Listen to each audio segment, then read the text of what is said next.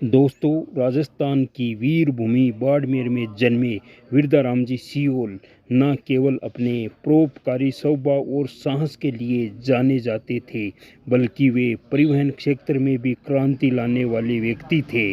उन्होंने देखा कि उनके क्षेत्र में सफ़र करना बेहद मुश्किल था। लोगों को दूर दराज के इलाकों में पैदल या ऊँटों के सहारे यात्रा करनी पड़ती थी। गांवों तक सही परिवहन साधन नहीं थे, जिससे व्यापार, शिक्षा और इलाज जैसी जरूरी सुविधाएं लोगों तक नहीं पहुंच पाती थी। इस समस्या का हल निकालने के लिए वीरदारामजी सियोल ने एक बहुत ही बड़ा कदम उठाया और बसों और गाड़ियों के माध्यम से परिवहन को सुगम बनाया।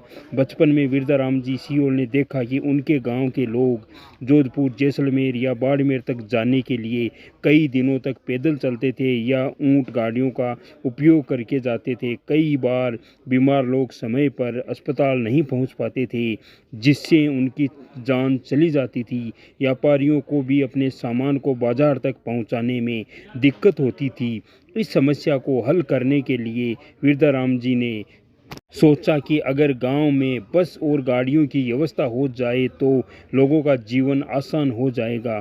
कड़ी मेहनत और संघर्ष के बाद वीरदाराम जी ने अपने पहले वाहन के रूप में एक पुरानी बस खरीदी। यह बस भले ही नई नहीं थी, लेकिन उनके लिए यह एक नई शुरुआत थी। उन्होंने बाड़मेर से जैसलमेर और जोधपुर के बीच पहली बस सेवा शुरू की थी, जिससे ग्रामीणों को बहुत राहत मिली। पहले ही हफ्ते में लोगों को एहसास हुआ कि अब वे आसानी से बाजार जा सकते हैं, अपने रिश्तेदारों से मिलने जा सकते हैं और बीमार होने पर जल्दी अस्पताल पहुंच सकते हैं।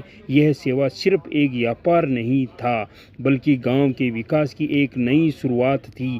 आज भी बाड़मेर और उसके आसपास के गांवों में लोग वीरदारामजी सियोल को याद करते हैं। उनकी मेहनत और सेवा भावना के कारण परिवहन क्षेत्र में क्रांति आई है। कई गांवों को मुख्य शहरों से जोड़ा गया है।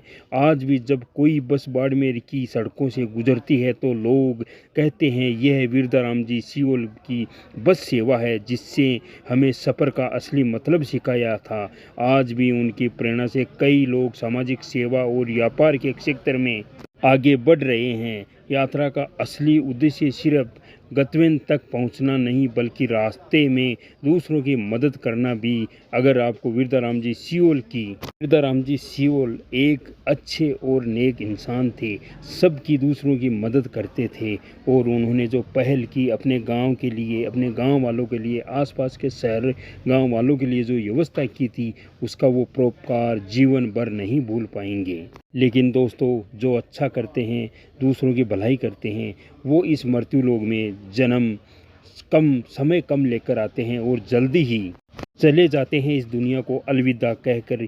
यही वीरदारामजी सियोल के साथ होता है। आपको वीरदारामजी सियोल का जीवन कैसा लगा? वीरदारामजी सियोल की ये कहानी आपको कैसे लगी? वो कैसे व्यक्ति थे?